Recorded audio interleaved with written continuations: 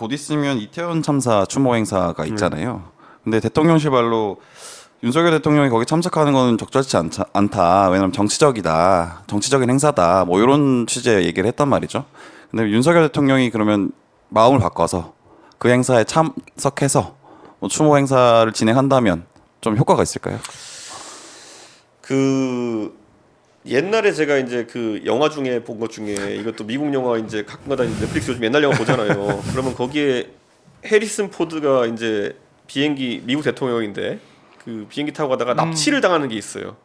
에어포스 원인가? 에어포스 원 같은 그런 거에 네. 납치를 당해요. 그래가지고 그 비행기에서 테러리스트랑 막 싸우고 그런데 어떻게 대통령이 그러냐면 자기도 총싸움하고 그래가지고 테러리스트 다 죽이고 그 다음에 이제 이 비행기는 에어포스는 만신창이하다 버려야 되는데 앞에다 그 수송기를 하나 갖고 와요. C-130 수송기 갖고 와가지고 줄 타고 이제 C-130으로 이제 자기가 넘어가는 장면으로 끝이 나거든요. 네. 그런데 그때 딱 그 수송기가 사실 그러니까 공군에서 중요한 역할은 아니잖아요. 전투기가 보통 가장 수송기 모는 분이 딱 그 미국 부통령 연결돼 이렇게 하는 거예요. 우리 비행기가 이제 에어포스 원이다 이렇게 가는 거거든요. 네. 대통령이 탔으니까 우리가 에어포스 원이다. 그렇죠. 우리가 헐렁한 그런 헐빈한 C-130 수송기였는데 원래 그게 맞아요. 그러니까 대통령이 타면은 그러니까 보잉 747 원래 다니는 그게 에어포스 원이 아니라 대통령이 타면은 그게 1호 비행기가 되는 거예요. 그렇죠. 공군 1호기가 되는 거예요. 그래서 우리가 이제 콜사인을 우리 부르는 걸 에어포스 원을 바꾸겠다 이렇게 하면서 영화 끝나거든요. 똑같은 거예요. 이 행사를 민주당이 주최하든 누가 주최하든 뭐가 가는 간에 대통령이 가면 그게 대통령 행사가 되는 거예요. 대통령이 가면요 언론도 대통령이 무슨 말씀하실까에 주목하게 되는 것이고 그렇죠. 모든 의전, 보안 모든 게 대통령 행사로 격상되는 겁니다. 이게 항상 급에는 대통령 행사, 총리 행사 뭐 이렇게 있잖아요. 대통령이 여기 하러 가는 순간 누가 주최했니 아무도 중요하지 않아요. 아니 민주당이 주최하든 뭐 공동체든 뭐 하든 대통령한테 마이크 안 줄 겁니까? 무조건 대통령 마이크 주죠. 대통령을 그렇죠. 뒤에 네, 앉힐 겁니까? 네. 무조건 대통령 맨 앞에 앉죠. 대통령이 가는 순간 대통령 행사가 되는 거예요. 여기가 에어포스 원이다. 왜 그 생각을 못 하죠? 그러니까 이런 그렇죠. 거예요. 가면은 도움이 된다. 네? 대통령이 가면은 어쨌든 변화의 이미지에 도움 된다. 대통령이 가면은 간 행동 자체가 평가받고 그게 그날의 화두가 되는 것이지 그쵸. 이게 민주당이 주최했다는 것은 오히려 나중에 봤을 때 그럼에도 갔다 해서 플러스 점수가 되는 것이고 민주당이 만약에 뭐 그 유가족들과 함께 같이 주최했다 그래가지고 거기서 유가족분들이 억울한 분들이 있어가지고 뭐 대통령 세게 얘기했다 하셨더라도 대통령 현장에서 그러면은 아유 제가 지금까지 소홀했습니다. 근데 잘 챙기겠습니다 하면 무조건 득점이에요. 무조건 득점. 네. 그러니까 이게 안 되는 거예요. 네. 이거는 공산 전체주의 세력이 개최한 행사니까 못 간다는 거예요. 그러니까 저는 이게 지금 그 영화를 봐야 됩니다. 네. 대통령에게 추천해주고 싶은 영화가 그게 그 영화다. 에어포스 원인가 진짜 저도 이름이 기억 안 나는데 제목이 에어포스 원인가 그럴 거예요. 마지막 장면만 보여주면 돼요. 네. 그래가지고 네. 딱 해가지고 이제 우리가 에어포스 원이다. 음. 어느 행사든지 올라타면 그게 대통령 행사가 되는 겁니다. 그렇네요. 영화 제목이 에어포스 원. 네, 그러니까. 해리슨 포드가 나온. 근데 그 맥락에서 이상민 장관께서 네. 이번에 국감에서 나와가지고 대통령과 함께 유가족에게 가서 사과를 할 거냐 뭐 이런 취지의 질문에 당연히 그럴 거다 이렇게 답을 했더라고요. 네. 그래서 그런 가능성이 또 좀 있지 않을까. 따로 만나서 유족을 따로 만나서. 네. 뭐 그건 지켜봐야겠네요. 우선은. 이번에 그 대통령이 박정희 대통령 추모 행사 갈 거라는 게 네. 채널A에 먼저 보도됐다가 기사 삭제해달라고 삭제됐죠. 했잖아요. 네. 그거 갔잖아요. 그러니까 이런 엉뚱한 데 보안 지키려고 할 게 아니라 저는 오히려 이런 그 이태원 유가족이나 이런 분들 만나는 거를 파격적으로 결단을 내렸으면 좋겠어요. 네. 네. 가가지고 아니 사람들이 어떨 때는 의전이나 형식을 중요하게 생각할 때도 있지만요. 저는 정치하면서 의전이나 이런 것보다는 타이밍과 메시지를 중시하는 타입이에요. 네. 저는 지금도 보세요. 지금도 제가 오마이 TV에 나와 있다 그러면은 도저히 용납할 수 없는 애국 보수들이 있을 거예요. MBC도 용납 못하는데 오마이 TV에 나온다 그러면은 지금 얼마나 할 거예요? 그러면서 그런데 본인들이 가장 닮아가고 있는 모습은 예전에 종편 출연 거부하다가 슬그머니 나오기 시작한 민주당 의원들의 모습과 너무 닮아 있거든요. 옛날 종편 처음 출마했을 때 어떻게 종편에 나가냐 그러면서 싹 거부하다가 그랬더니만 우리가 이런 지형에서 별로 좋을 게 없구나 한 다음에 다 나오잖아요. 실제 그걸 밥 벌어 먹고 사는 사람도 있고 실제는 그런 것처럼 저는 이렇게 생각해 뭐냐면은 나와 다른 생각을 가진 사람들에게 최대한 말할 수 있는 기회가 있으면은 찾아다녀야 되는 게 정치인이고 그건 정치인의 우두머리가 대통령이 돼야 되는데 나는 대통령께서 그 기회를 놓친다는 게 이해가 안 가는 거예요. 저는. 그래요. 그러니까 답은 정해져 있는 것 같아요. 어느 길로 가면은 득점할 수 있고 박수 받는지 답은 정해져 있는데 대통령 이제 본인이 달라질 생각이 없으니까 아직 시간이 있다? 아니 아직 괜찮다? 이런 생각하는 건지. 제가 예전에 예. 그 대통령 독대하면서 한번 이런 얘기를 한 적이 있어요. 대통령께서 그때 5.18의 호남의 5.18 행사에 모든 의원을 데려가신 다음에 제가 네. 이건 솔직히 너무 잘하신 겁니다. 그러면 다음 행보로 우리가 호남에서 한번 행보를 준비해 보겠습니다. 그게 뭐였냐면요.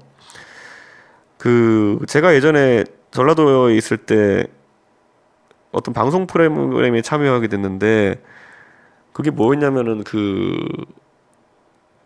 왜 이름이 안 나지? 그 광주의 광산구에 가면요 무슨 서원이 있어요. 고봉 기대승에 무슨 서원이 있거든요. 네. 거기가 약간 뭐 민박 같은 건 아니고 이렇게 잘 수도 있게 돼 있어요. 네. 그래서 제가 대통령께서 그때 여름 휴가를 가신다고 해가지고 그리로. 대통령께 내가 제안을 드렸어요. 대통령님 이거 무슨 뭐 어디 뭐 청남대니 이런데 막 저돈 이런데 가실 거 없이 한 번은 대통령 진짜 무슨 서원이지? 광주에 있는 그 서원에 가가지고 네.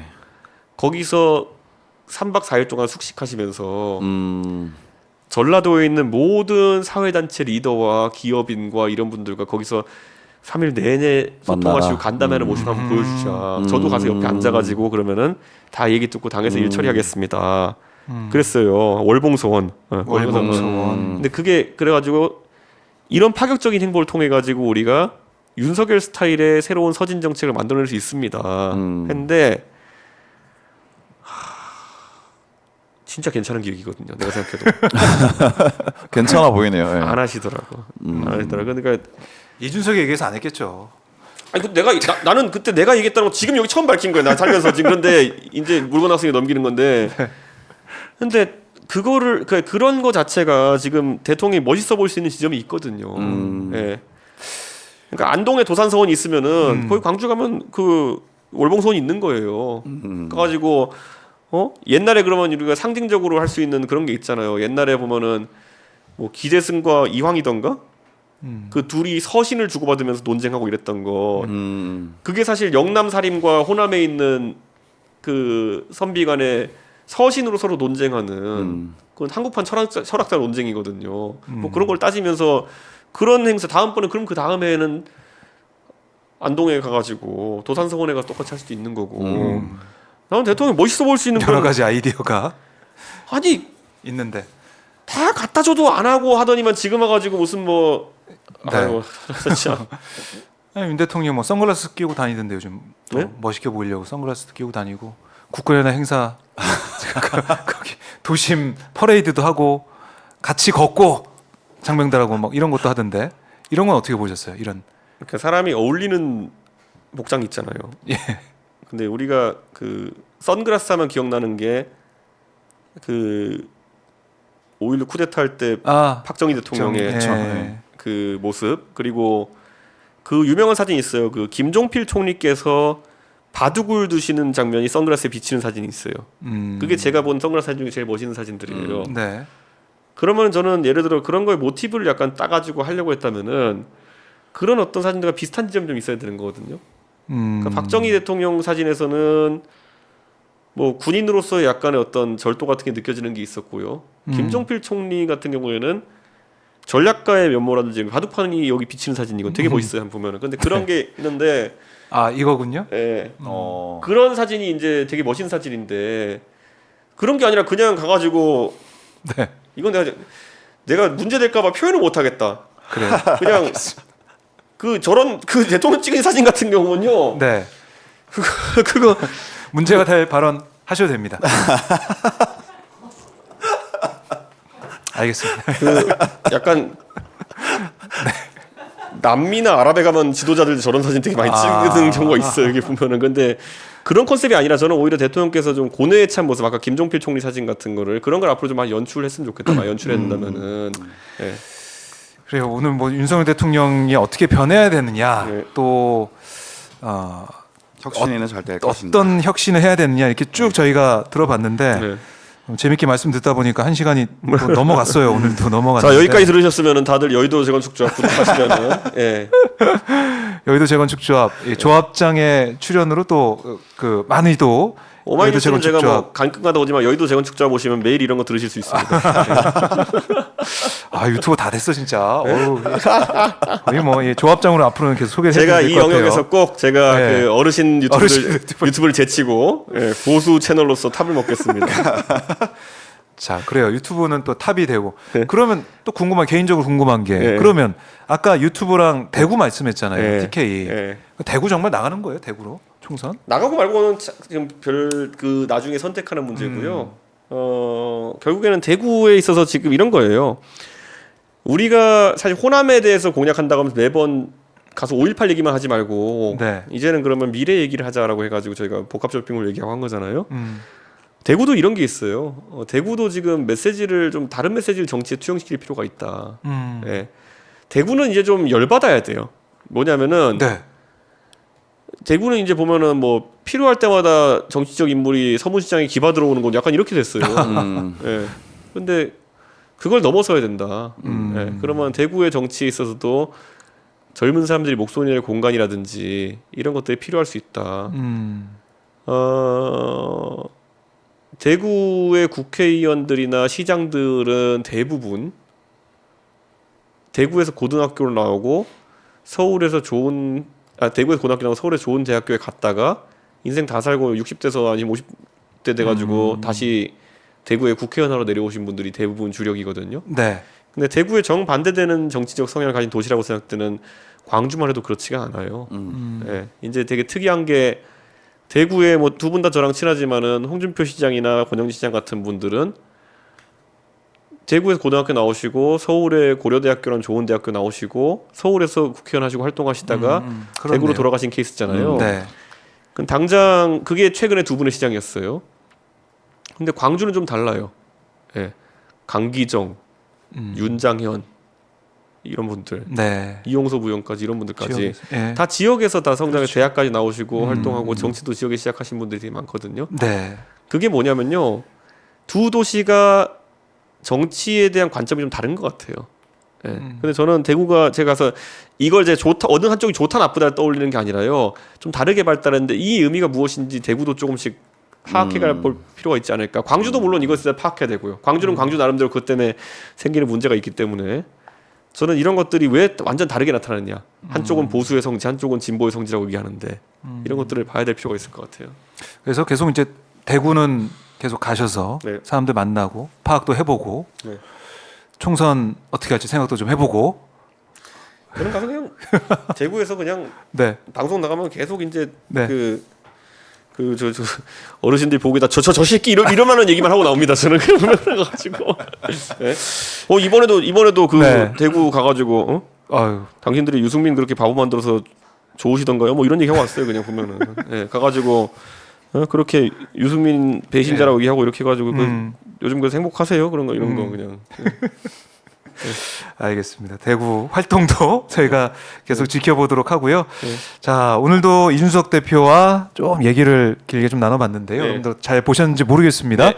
끝으로 우리 조합장 한 말씀 듣고 못다 하신 말씀이나 하고 싶은 말씀, 꼭 하고 싶은 말씀 있다면 듣고 마무리 해보도록 하겠습니다. 예, 뭐 할 말 다 한 것 같고요. 네. 예, 당연히 구독, 좋아요 그리고 알림 설정을 해주시면은 제가 더 자주 떠들도록 하겠고요. 오마이뉴스 TV에서 네. 사실 제가 아까 말했던 것처럼 오마이뉴스 TV 구독하시는 분들도 보수의 생각이 무엇인가에 대해 가지고 고민을 같이 해주셨으면 좋겠어요. 그러니까 지금 아마 방송 보시는 분들 중에서 그냥 보수는 없어져야 된다라고 생각하는 분도 있을 것이고, 보수가 꼭 잘못됐으면 좋겠다는 생각하고 계시는 분도 있을 거예요. 그런데 저는 이렇게 생각해요. 뭐 흔히 얘기하는 두 날개로 함께 날아야 된다 이런 얘기 하는 것보다도요, 거꾸로 보수 진영에서도 진보 진영을 이해하려고 하는 사람들이 있잖아요. 근데 그런 상응하는 움직임이 있을 때 서로 이해하고 갈 수 있는 거지. 저는 제가 진보 유튜브 꽤 많이 봅니다. 도대체 이 사람들 무슨 생각하고 사는지. 근데 진보적인 성향을 가지신 분들도 오히려 보수적인 성향의 이런 생각들을 많이 접하셔야지만이 어떨 때는 반면교사로, 어떨 때는 생각을 더 보강하고 강화시키는 방법으로 진화할 수 있다. 저는 그런 생각합니다. 그리고 그냥 잠잘 때 심심하시면요 보수 유튜브 한번 보세요. 되게 재밌어요. 저희 거 말고요. 그 어르신들 보시는 거예요. 되게 재밌어요. 재밌어요. 빠져들어요? 맨날 막 큰일 났다, 뒤집어졌다, 단독, 뭐 이런 거 해가지고 빨간 글씨로 해가지고 하는 거 보면 재밌어요. 재밌기는. 예. 그리고 왜냐하면 이게 쉽게 말하면 여러분 부모님이 그런 걸 보고 있을 수도 있는데 그 생각을 이해하는 게 어쩌면 세대와의 대화를 간극을 좁히는 데 도움이 될 수도 있어요. 예. 그러니까 부모님들은 왜 이런 걸 보고 좋아하실까 이런 연구도 제 생각에는 한번 해보시면 뭐 그렇다고 거기에 제 생각에는 뭐 매료되실 리는 없을 거라 보니까 재미삼아 보시기만 해도 서로가 서로 이해할 수 있을 겁니다. 네, 서로 이해하는 창구가 될 수도 있다 이렇게 말씀해 주셨고, 제가 박형광 기자의 소개도 안 하고 그냥 바로 방송 들어가서 오마이뉴스 박형광 기자, 미남 기자, 박형광입니다. 박형광 기자 고맙습니다. 함께 만나봤고요. 대표님 말씀 잘 들었고 다음에 다시 한번 나오셔서 또 좋은 말씀 부탁드리겠습니다. 예, 감사합니다. 고맙습니다. 네. 고맙습니다.